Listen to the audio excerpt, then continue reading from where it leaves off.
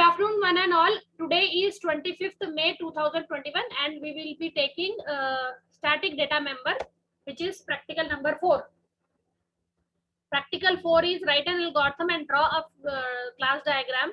Write a program in C++ to count the number of objects created and the number of objects alive.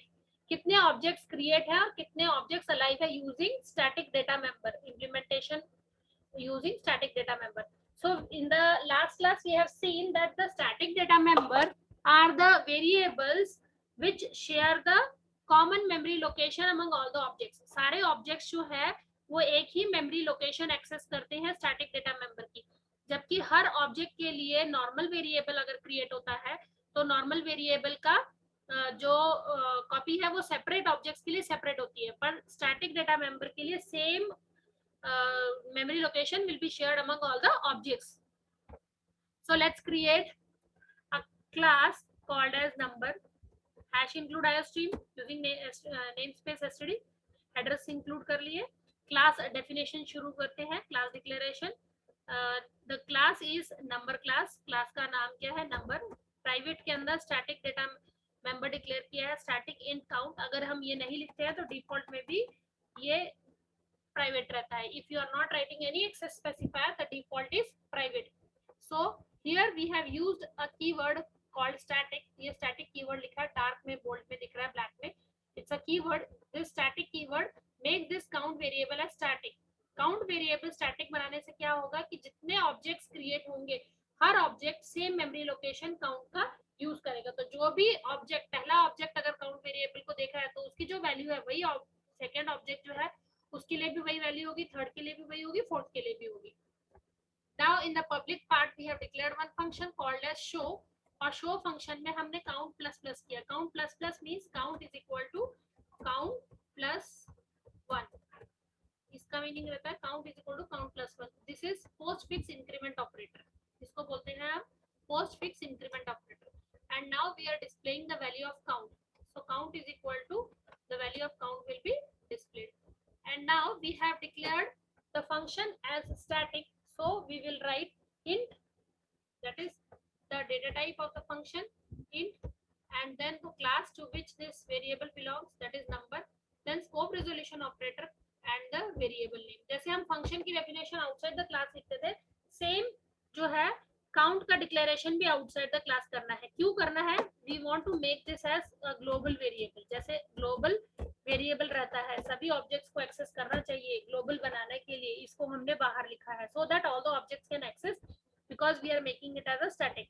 अगर आपने ये statement miss कर दिया, ये नहीं लिखा और ये स्टैटिक कीवर्ड लिखा है तो आपको एरर देगा. Whenever this static is being written, its declaration outside the class is must. ये अगर आप स्टैटिक लिख रहे हो यहाँ पर क्लास के अंदर, तो क्लास के बाहर आपको ये स्टेटमेंट लिखना जरूरी है. नाउ ये लिखने का तरीका क्या है? इसका डेटा टाइप लिखा, जैसे हम रिटर्न टाइप लिखते हैं, then class to which this belongs, class का नाम number, then scope resolution operator and the variable name, ये variable name, and then semicolon. अगर मैं शो की डेफिनेशन क्लास के बाहर लिखती हूँ तो उसका तरीका भी यही है, रिटर्न टाइप नथिंग, तो यहाँ पर नंबर लिखा, scope resolution operator and then the function show empty bracket and then we will write the definition outside the class. इस तरह से हम क्लास के बाहर इसकी शो की डेफिनेशन लिख सकते हैं. तो अगर ये शो फंक्शन void रिटर्न करता है, it is returning nothing. If I am writing void here, तो यहाँ पर रिटर्न टाइप क्या होगा? void होगा. Right, return type is void. तो जिस तरह से हम ये डेफिनेशन लिख रहे हैं इस टाइप से इसको भी लिख सकते हैं. चाहे क्लास की डेफिनेशन, फंक्शन की डेफिनेशन क्लास के अंदर लिखो, चाहे क्लास के बाहर लिखो, कोई डिफरेंस नहीं है. तो मैंने ये बाहर कर दी इसकी definition. So if I am writing the definition of the function, show function outside the class,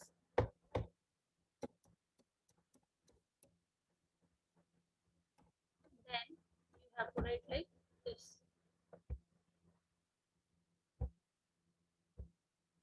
So how we have declared the class? Class number, static variable, int count.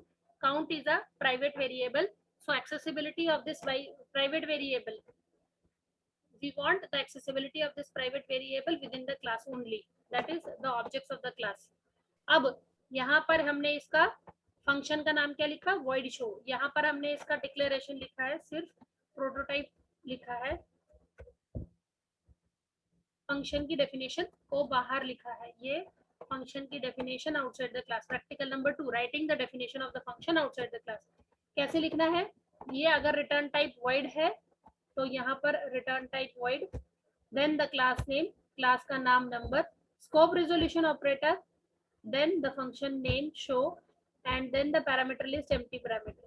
Here you are not going to put semicolon because we are writing the definition of the function. So यहाँ पर curly bracket अगर open हो रहा है तो semicolon नहीं आएगा, यहाँ semicolon आया क्योंकि ये declaration है, curly bracket open करके definition नहीं लिखी है। Definition is written outside the class. So class के बाहर function की definition लिखने का क्या तरीका, return type, name of the class, scope resolution operator, function name। उसी टाइप से ये स्टैटिक वेरिएबल जो डिक्लेयर किया है इसको हमको ग्लोबल बनाना है ताकि ये variable should be accessible to all the objects of the class. So एक ही वेरिएबल क्रिएट होगा, वो मेमोरी लोकेशन सारे ऑब्जेक्ट्स एक्सेस करेंगे, तो उस वेरिएबल को ग्लोबल बनाया। कैसे बनाया हमने यहाँ पर डेटा टाइप लिखा, क्लास जिसमें ये स्टैटिक वेरिएबल है, नंबर लिखा, then scope resolution operator, and then the variable name, variable का नाम क्या है, काउंट, और इसको सेमीकोलन लगा दिए यहाँ पे, तो ये काउंट वेरिएबल डिक्लेयर हो गया। अब इस काउंट की स्टार्टिंग वैल्यू क्या है, यहाँ पर कहीं पे भी स्टार्टिंग वैल्यू नहीं लिखी हुई है। Starting value means initialisation of the count variable. हम यहाँ पर वेरिएबल की वैल्यू को इनिशियलाइज नहीं कर सकते, इक्वल टू 0 नहीं लिख सकते। Static int count equal to 0 लिखेंगे तो एरर आएगा। कोई भी वेरिएबल को क्लास के अंदर जहाँ डिक्लेयर करते हैं वहां पर इनिशियलाइज नहीं करते, उसको इनिशियलाइज करने का अलग तरीका है। तो यहाँ पर हमने वेरिएबल को स्टैटिक ग्लोबल बना दिया, तो क्या लिखने का तरीका है, यहाँ पर डेटा टाइप लिखा, ये डेटा टाइप लिखा, ये नंबर जो है ये नंबर क्लास है, स्कोप रिजोल्यूशन ऑपरेटर है, देन द काउंट वेरिएबल, ये काउंट वेरिएबल, यहाँ सेमीकोलन बना दिया। तो ये स्टैटिक वेरिएबल को हमने क्या किया, स्टैटिक वेरिएबल को हमने outside the class and we made that variable as a global variable. Similarly, this function is declared inside the class and its definition is written outside the class. इसकी definition class के बाहर लिखी है। ये class close हो गया। This is opening of the class and closing of the class. ये class open हुआ है, ये class close हुआ है, semicolon terminate हो गया। ये हमारा static variable outside the class हुआ। ये हमारा show function outside the class declare किया। अब हमने main लिखा, main में क्या लिखा, हमने कितने वेरिएबल्स क्रिएट किए, नंबर के, नंबर क्लास का नाम नंबर है, ये n1 n2 n3 n4 ये ऑब्जेक्ट्स क्रिएट हुए। कितने ऑब्जेक्ट्स क्रिएट हुए, 4 ऑब्जेक्ट्स क्रिएट हुए। तो ये चारों ऑब्जेक्ट्स के लिए स्टैटिक वेरिएबल काउंट एक ही है। इन चारों को n1 n2 n3 n4 इन चारों को काउंट वेरिएबल एक ही दिखाई दे रहा है। मतलब ये काउंट वेरिएबल जो है n1 के लिए भी ये काउंट वेरिएबल की मेमोरी लोकेशन सेम है, n2 के लिए भी, n3 के लिए भी, n4 के लिए भी। अब यहाँ पर काउंट की कुछ भी इनिशियल वैल्यू नहीं लिखी है, ना ही यहाँ लिखी है। यहाँ तो परमिशन ही नहीं है लिखने की, हम यहाँ count equal to 0, count equal to 10 नहीं लिख सकते। यहाँ पर हमने काउंट इक्वल टू 0 नहीं लिखा, लिख सकते हैं, यहाँ पर हमने नहीं लिखा। तो डिफॉल्ट में, डिफॉल्ट मीन्स अपने आप, जब एक वेरिएबल स्टैटिक डिक्लेयर होता है तो ऑटोमेटिकली उसकी वैल्यू इनिशियलाइज टू 0 हो जाती है। डिफॉल्ट में अगर एक वेरिएबल स्टैटिक डिक्लेयर होता है तो उसकी वैल्यू यहाँ पर इनिशियलाइज क्या हो जाती है, 0, तो ऑटोमेटिकली इसकी वैल्यू 0 होगी, तो 0 से शुरू होगा। अब यहाँ पर हमने लिखा n1.show, ये n1.show, तो ये हमारा कंट्रोल यहाँ शो फंक्शन में चला जाएगा, इसकी डेफिनेशन एग्जीक्यूट करेगा, count is equal to count plus plus. Count की इनिशियल वैल्यू क्या थी, 0, क्योंकि ये स्टैटिक वेरिएबल है तो ये इनिशियलाइजेशन क्या हो गया, इसका वेरिएबल का इनिशियलाइजेशन 0 हो गया। तो n1 ऑब्जेक्ट जो है, इस ऑब्जेक्ट के थ्रू हमने ये शो फंक्शन को कॉल किया, शो फंक्शन कॉल किया तो कंट्रोल यहाँ पर चला गया। जब कंट्रोल यहाँ चला गया तो ये काउंट प्लस प्लस पे जाएगा। काउंट प्लस प्लस मतलब count is equal to count plus 1। Count की इनिशियल वैल्यू क्या थी, 0 थी, 0 प्लस 1 1 हो गया। अब ये काउंट वेरिएबल है, उसकी वैल्यू मॉडिफाई होगी। जब इसकी वैल्यू मॉडिफाई होगी तो n2 को मॉडिफाइड वैल्यू नजर आएगी। क्यों n2 को मॉडिफाइड वैल्यू नजर आएगी, क्योंकि ये चारों के लिए सेम काउंट एक्सेस हो रहा है। अब हमने इसको प्रिंट करा दिया काउंट की value, so count is equal to 1 initial value print होगी स्टार्टिंग की। सेकेंड टाइम n2 का डॉट शो फंक्शन एग्जीक्यूट होगा, सेकेंड टाइम ये फंक्शन एग्जीक्यूट होगा। ये फंक्शन का नाम है n2 डॉट शो फंक्शन। फिर से कंट्रोल यहाँ जाएगा, काउंट प्लस प्लस होगा। काउंट प्लस प्लस में मतलब इस प्रीवियस वैल्यू ऑफ काउंट क्या हुई थी, 1 हो गई थी, 1 प्लस 1 2 हो जाएगी। अब यहाँ पर वैल्यू 2 प्रिंट कर देगा ये। इस काउंट फंक्शन के लिए, count equal to 2। Third time function call हो रहा है काउंट, थर्ड टाइम ये फंक्शन कॉल हो रहा है, तो थर्ड टाइम काउंट की वैल्यू क्या होगी, प्लस प्लस होगी। तो प्रीवियस वैल्यू काउंट की क्या थी, 2, 2 + 1 3, so it will print 3 value over here. So next जो है n4 dot show function call हुआ, object name dot operator function name, object name dot operator function name, function call होगा, यहाँ function call गया, यहाँ पर काउंट प्लस प्लस हुआ, तो यहाँ पर प्रीवियस वैल्यू काउंट की 3 थी, 3 + 1 4 होगी, तो काउंट की वैल्यू 4 प्रिंट कर देगा और कंट्रोल वापस यहाँ पर आ जाएगा, ये क्लोज हो जाएगा हमारा मेन का definition. Okay, so this is how it works. Now I am executing the code. Program execute हो गया है, नो एरर, कंपाइलेशन, ठीक है। Now will run the program. Yes, ma'am. Okay, now see the output. Output is count equal to 1, then count equal to 2, then count equal to 3, count equal to 4, and count equal to 5.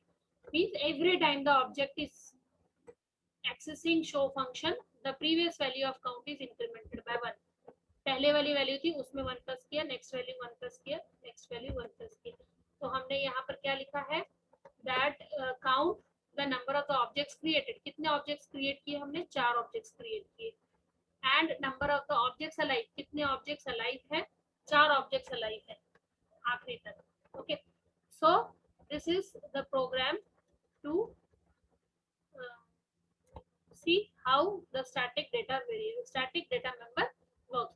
Instead of static, suppose if I make a variable as a normal variable, अगर मैं इसको normal variable बना देती हूँ तो क्या होगा कि हमेशा जब भी ये काउंट वेरिएबल यहाँ पर वर्क होगा तो ये स्टार्टिंग जो वैल्यू है हर एक के लिए काउंट वेरिएबल अलग हो गया, n1 के लिए अलग, n2 के लिए अलग, n3 के लिए अलग, n4 के लिए अलग। सो हर टाइम ये काउंट की वैल्यू जो है वो शुरू से लेगा, वो हर बार अलग अलग लेगा, ठीक है। So that program we will see later on when we do the constructor part, because इसको अभी आप इनिशियलाइज नहीं कर सकते, इनिशियलाइजेशन करना होगा तो आपको कंस्ट्रक्टर क्रिएट करना पड़ेगा। फिर भी मैं बता देती हूँ थोड़ा सा